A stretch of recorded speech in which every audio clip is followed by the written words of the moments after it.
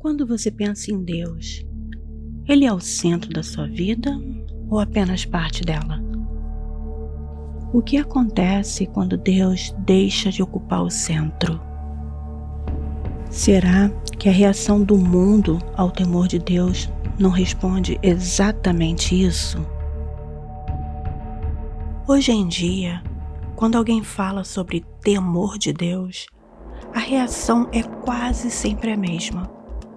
As pessoas torcem o rosto, mudam de assunto, dizem que isso é coisa do passado, ou tratam o temor como se fosse inimigo da espiritualidade moderna. Mas a verdade é mais profunda do que parece. Há uma razão real para tanta resistência. E ela não está nas pessoas. Está no próprio significado do temor do Senhor. Antes de qualquer explicação, a Escritura já anuncia isso abertamente. Davi, um homem segundo ao coração do Pai, advertiu líderes, governantes, juízes, homens e mulheres de todas as posições. Salmos 2, 10 a 11. Agora, pois, ó reis, sede prudentes, deixai-vos instruir, juízes da terra, servi ao Senhor com temor e regozijai-vos com tremor. É como se Davi dissesse: se vocês ignorarem isso, tudo desmorona. E olhando para o nosso mundo hoje, talvez as coisas não tivessem tão difíceis se essas instruções tivessem sido levadas a sério. Mas por que isso importa? Porque o temor do Senhor toca áreas que a nossa geração luta para entregar. E a primeira delas é: você quer Deus ou quer continuar no controle? O temor de Deus não é um medo irracional. É reconhecer quem Ele é e quem nós somos. E quando essa consciência chega, não dá para levar tudo com a gente. Algumas coisas precisam sair do caminho. Renúncia não é perder, é admitir que não dá para segurar a própria vontade e obedecer ao Criador ao mesmo tempo. Essa é exatamente a inquietação que o próprio Criador expressou quando ouviu o povo em Horebe. Deuteronômio 5, 28 a 29. O Senhor ouviu quando vocês me falaram e me disse: ouvi o que este povo disse a você, e eles têm razão em tudo o que disseram. Quem dera eles tivessem sempre no coração esta disposição para temer-me e para obedecer a todos os meus mandamentos. Assim, tudo iria bem com eles e com seus descendentes para sempre. Renúncia não era punição. Renúncia era proteção. Quando foi a última vez que você obedeceu, mesmo sem concordar?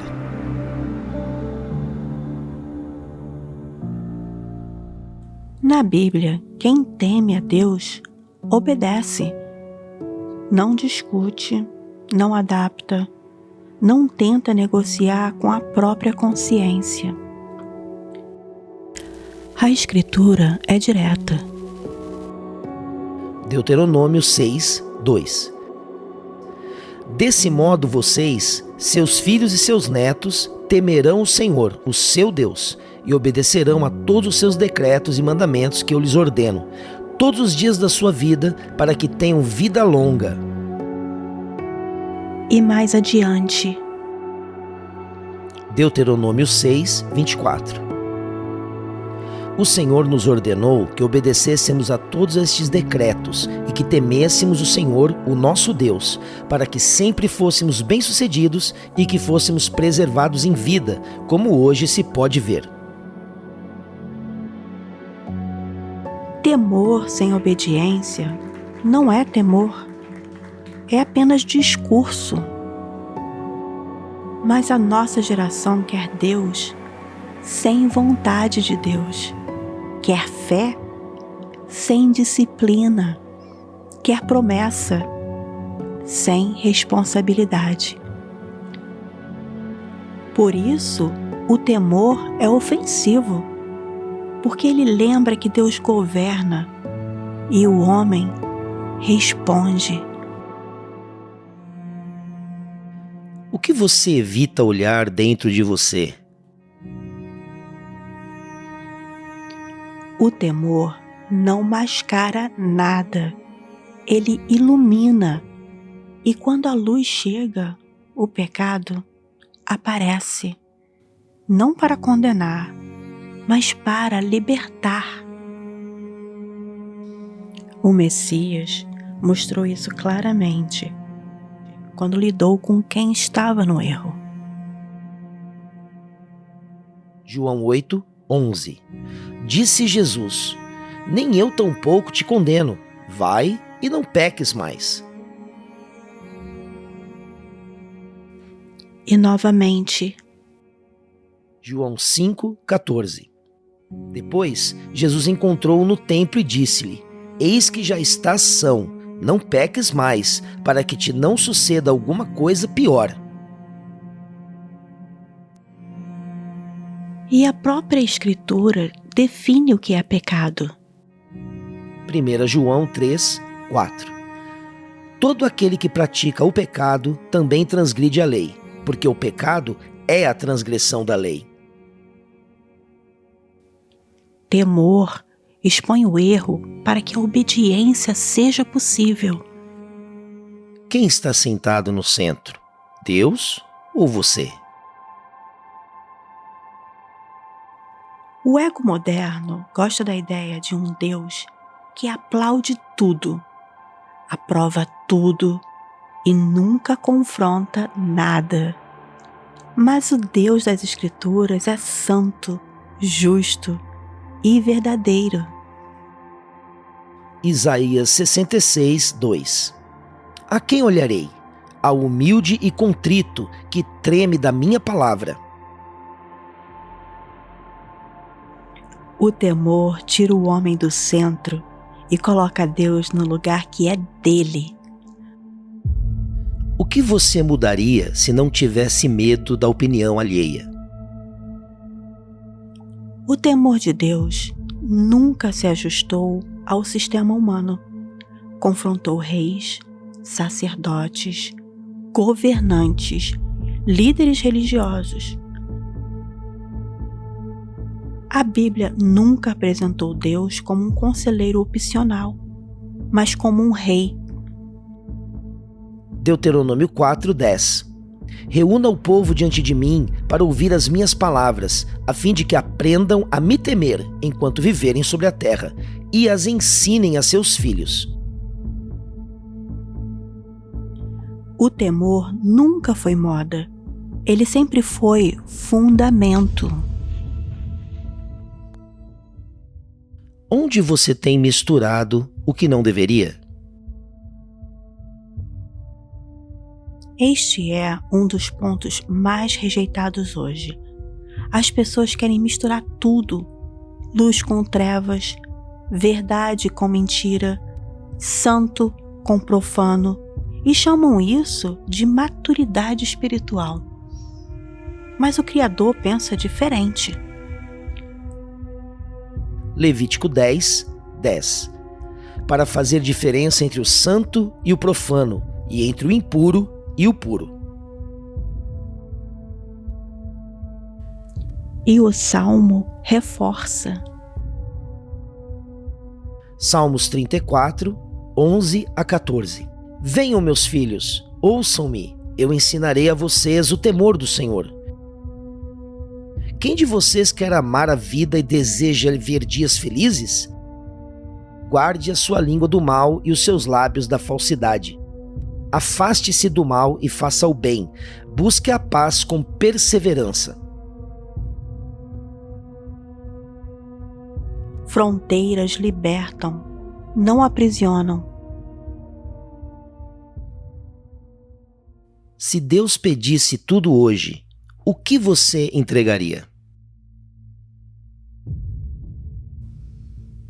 Esta é a raiz da resistência moderna. O temor do Senhor devolve Deus ao centro da vida. Mas o ser humano moderno não quer um Deus no centro. Quer um Deus acessório. Quer um Deus emocionalmente confortável, mas não moralmente soberano. Só que a Escritura não deu essa opção. Eclesiastes 12, 13 a 14. Agora que já se ouviu tudo, aqui está a conclusão. Tema a Deus e obedeça aos seus mandamentos, porque isso é essencial para o homem. Pois Deus trará a julgamento tudo o que foi feito, inclusive o que está escondido, seja bom, seja mal. O temor recoloca Deus no trono e coloca o ser humano no lugar certo. E é justamente aqui que a pergunta se torna inevitável. Quando você pensa em Deus, Ele é o centro da sua vida ou apenas parte dela? Porque o temor não nasce do medo. Ele nasce quando você finalmente reconhece quem Ele é e quem você é. E quando o coração volta para esse lugar, o temor não afasta, o temor aproxima, porque o temor do Senhor não destrói a vida. Ele destrói somente aquilo que estava te destruindo.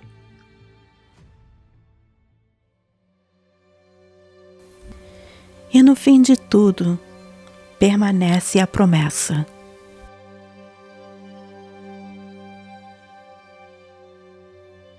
Isaías 33, 6.